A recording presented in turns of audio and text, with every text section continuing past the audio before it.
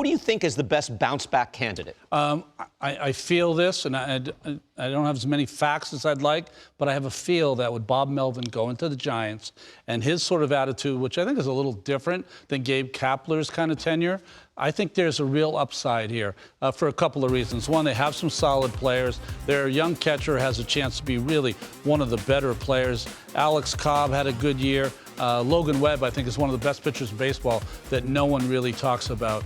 But I think more importantly, that front office in San Francisco, which was considered untenable, one of the best in the league. Don't worry about them; they'll always figure it out. Did not figure it out. Right. So they really need to work and step it up and produce some players, I think, for Melvin that'll put him in a good place for this year. I hear you. I think the Cardinals have the strongest foundation, and maybe I'm overreacting to position players, but position player-wise, I think I would take the Cardinals. Padres are still going to make moves. I don't think they're going to have Juan Soto starting next year. Yankees, for all their talk of change, doesn't seem to be much changing. I think the Cardinals might be the team that can bounce back. Well, certainly, 71 and 91 for the Cardinals, that just doesn't happen. But to me, if all these teams, I'd pick the Yankees, not because they've done anything or we know they're going to do anything, but, they identified 82 and 80 as a disaster. And it is a disaster for them. Well, identifying it is great, Job. What are they doing about it? Well, hey, we've identified the problem. It's us. Terrific. We're going to see. Yeah, go ahead, explain. See. And, look, when they had disappointing years, 2008, 2012, they did big stuff. So, I mean, they're in on Soto. They're in on Bellinger. They're in on Yamamoto. I do expect them to come out with and they can do both Soto and Bellinger.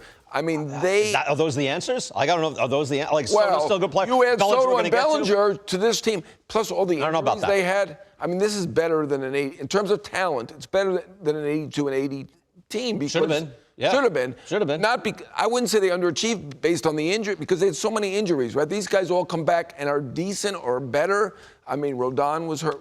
You're looking at me like you don't believe it. I don't believe in anything you're saying. What do you mean? It's the New York Yankees. What are you talking about? Of course they're going to be good. The pinstripes alone don't do it, John. I get it. What are you kidding me? It's been 30 years. And they're another year older. That's not helping them. If you're expecting, look, if Rodon comes back and they get Yamamoto, I like that better than, for some reason, Soto and Bellinger. What if the Yankees do that? Is that like some sort of answer? I don't see it. Well, I think it's an answer in the way, if you look at the Yankees, they're right-handed heavy.